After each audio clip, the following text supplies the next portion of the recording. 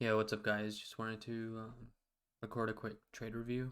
Um, this trade review is for March 28th, 2023. It was a pretty rough day for me, honestly, and I just wasn't locked in enough, and I didn't stick to exactly what I should have.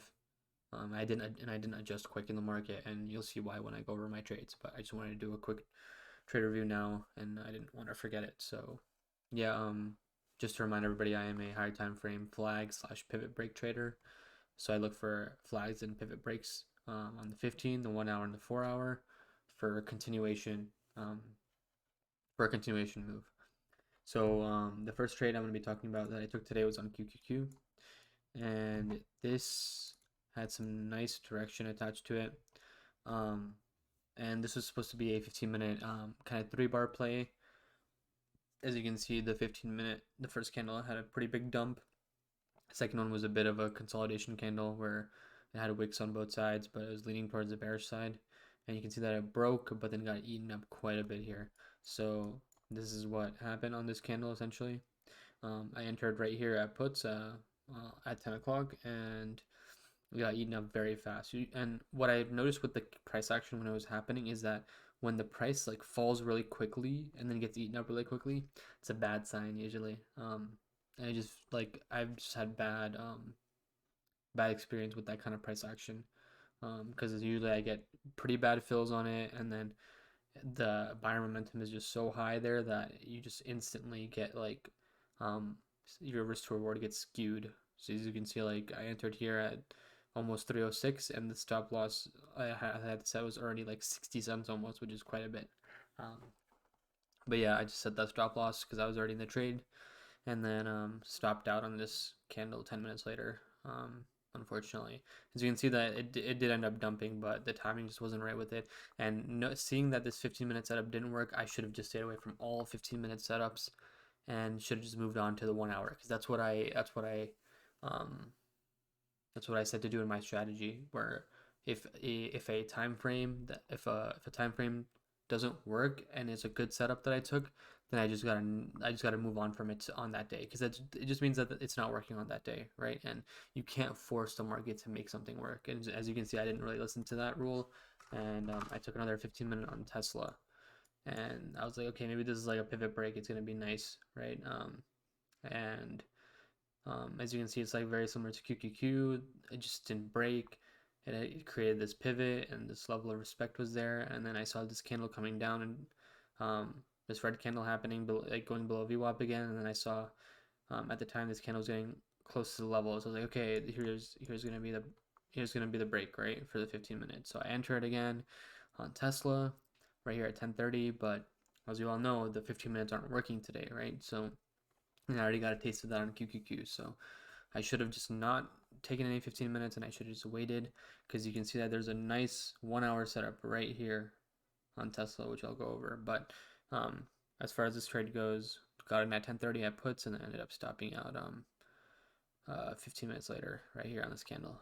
And yeah, it's pretty tragic. So 2 back-to-back L's. I was definitely very frustrated, but I just need to follow the rules, man. Um, Trading is not 100%. It's not guaranteed.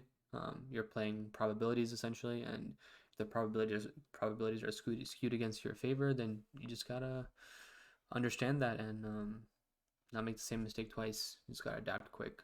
Um, and I have a means of adapting. I just didn't do it, so that's something I need to work on. And I feel like I have all the pieces to the puzzle, but it's just about implementing it all at once now.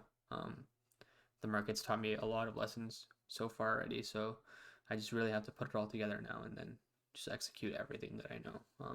But it is definitely very hard to do it all at once. But I'm gonna try my best to just come back and try again. That's the best thing you can do. And yeah, so those are my 2 trades. Um, since we have Tesla up anyway, we can go over this 1 hour setup. Um, as you can see, so we have the direction, we have some consolidation here on this candle, and also the creation of a level here at 187.64.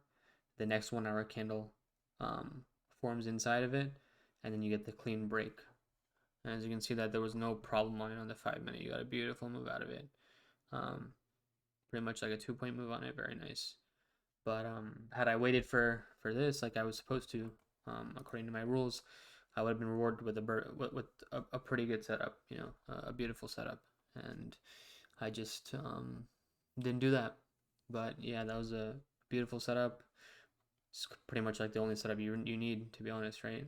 And it's very nice. So it's just unfortunate that that happened, but it is what it is. You just gotta move on and learn. But yeah, going over the other tickers that I normally trade, Nvidia. A lot of things had a directional open, but just didn't follow through. I was watching Nvidia for a pivot break here, but we just didn't ended up, or we just ended up not getting that. Sorry if I'm mumbling a lot. I'm just very tired.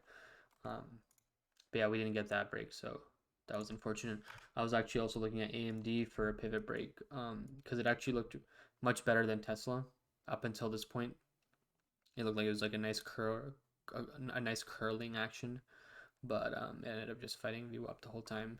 And I was actually looking at it on the 1 hour as well to take a third trade, but it didn't end up following through. So that's what we covered. Apple actually ended up having a nice pivot break here. It wasn't like amazing where it continued down, but it did end up working technically. But I just didn't like it because it wasn't as far below in terms of direction as some of the others, like AMD, Nvidia, Tesla, QQQ. So that's why I decided not to take it. But sometimes you just have those days where the setups that look bad work and the setups that look good don't work, right? So yeah. No, wait, let me go back to Apple and make sure there's no 1 hour here. Yeah, not really a 1 hour there, but um, Google, yeah, just very similar to AMD and Nvidia. QQQ went over that. Spy is very weird today. It didn't have the big dump that everything did at the open, which also concerned me for any downside setups. But I decided to be opportunistic instead of defensive, and that kind of also costed me in a bit. A lot of times SPY and IWM, if you see that they're not really helping you and working in your favor, like you can see IWM is the complete opposite of everything else today. Instead of dumping, it skyrocketed up. When that kind of thing happens, a lot of times you don't get follow through on the setups that are going against IWM, or at least like that's what I've seen in the time that I've traded. So it's just something to note. It's not like an exact strategy that I use, but it's definitely something that I look out for, and a lot of times it does help me out. And in this case, I should have been on watch and on alert, seeing as though IWM just skyrocketed while everything else, as you can see, like just dumping at the open, right? AMD dump, right? So it just doesn't make any sense. And it shows that context isn't like very aligned. Amazon, did it have a 1 hour? Yeah, it kind of did here, but didn't have like a lot of direction, and like the pivot in relation to the direction was kind of high, but it definitely did um, break. But this would have been very annoying to sit through. I don't think I would have been able to sit through this, where you get the break here and then a lot of consolidation, no follow through, and then I most likely would have been stopped out before this even went. So not really a high quality setup, if I'm being honest. And yeah, that about covers it on the day. Definitely a frustrating day for me. I'm going to try to sit down and rewrite all my rules and try to include everything that I've learned up thus far so I don't make the same mistakes again. But yeah, and also sorry for the lack of energy on this trade review. It's just a very tiring day. But yeah, appreciate everyone that watched. Hopefully you learned something. And if you have any questions about my strategy or how I navigate the market, just let me know in the comments below. Hope you guys have a good rest of your trading week, and I'll see you tomorrow. Peace.